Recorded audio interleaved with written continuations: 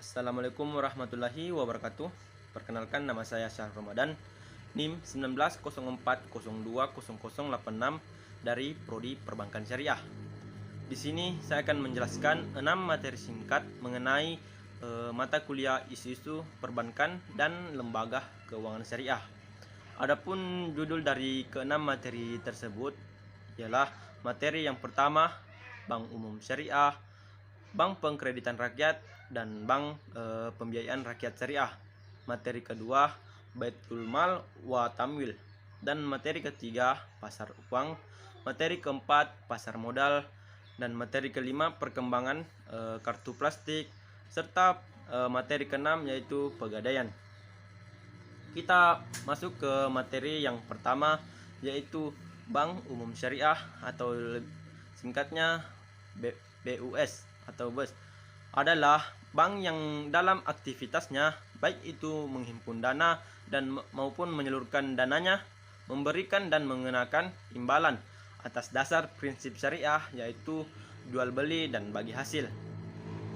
Kedua, Bank Pengkreditan Rakyat atau BPR adalah bank yang melaksanakan kegiatan usahanya secara konvensional ataupun syariah yang dalam kegiatannya tidak memberikan jasa dalam lalu lintas pembayaran.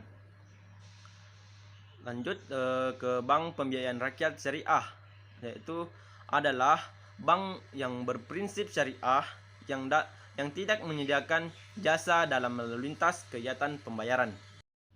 Materi yang kedua yaitu Baitul Mal wa Tamwil atau disingkat BMT, adalah lembaga keuangan mikro yang dioperasikan dengan prinsip bagi hasil, menumbuh kembangkan bisnis usaha mikro dan kecil dalam rangka mengangkat derajat dan martabat serta membela kepentingan kaum fakir miskin, dan beroperasi sesuai dengan prinsip-prinsip syariah atau Islam dan tata cara pengoperasiannya mengacu kepada ketentuan-ketentuan Al-Quran dan hadis.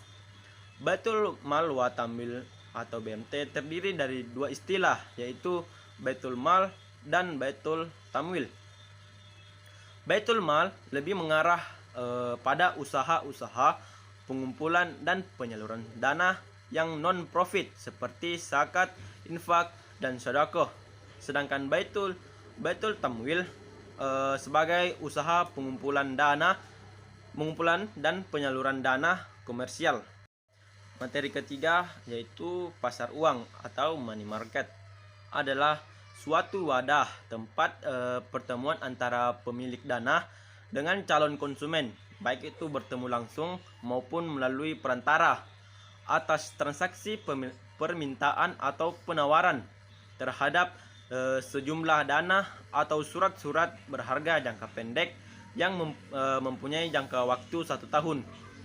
Nah, peserta pasar uang sendiri antara lain pelaku dalam pasar uang terdiri dari Bank Sentral atau Bank Indonesia, lembaga-lembaga pemerintah, perusahaan-perusahaan swasta, bank-bank komersial, yayasan, lembaga dana pensiun, perusahaan asuransi, perantara pedagang efek atau broker dan dealer, serta keuangan lainnya maupun individu masyarakat.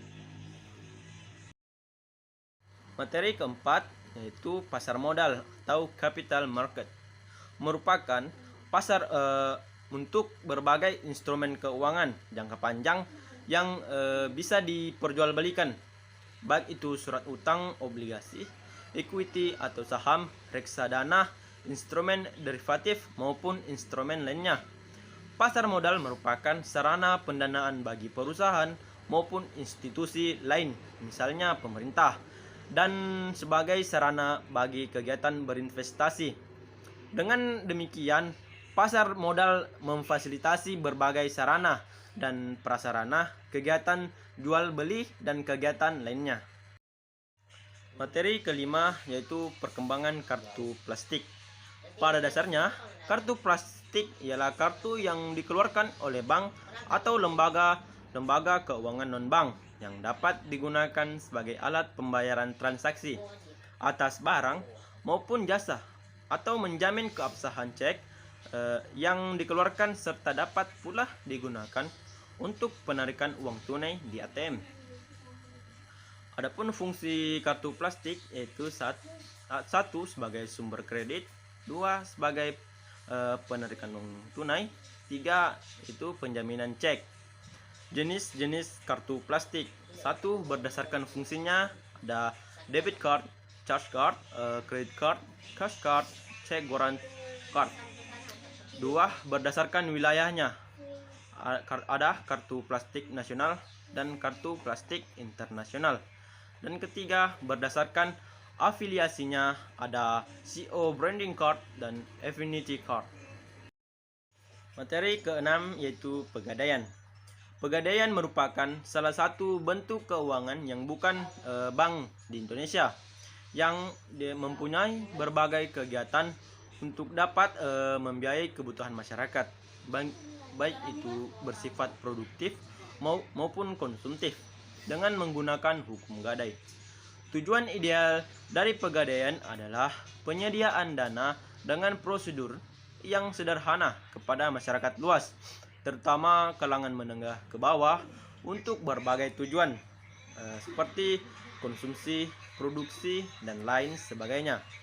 Kegiatan utama dari pegadaian adalah menyalurkan pinjaman dengan jaminan kepada masyarakat, terutama masyarakat golongan menengah ke bawah serta pengusaha golongan ekonomi lemah, kategori kelas kecil, dengan berdasarkan hukum gadai yang bertujuan untuk menghilangkan praktek ijon atau aijon, pegadaian gelap, dan pinjaman dengan persyaratan yang kurang wajar.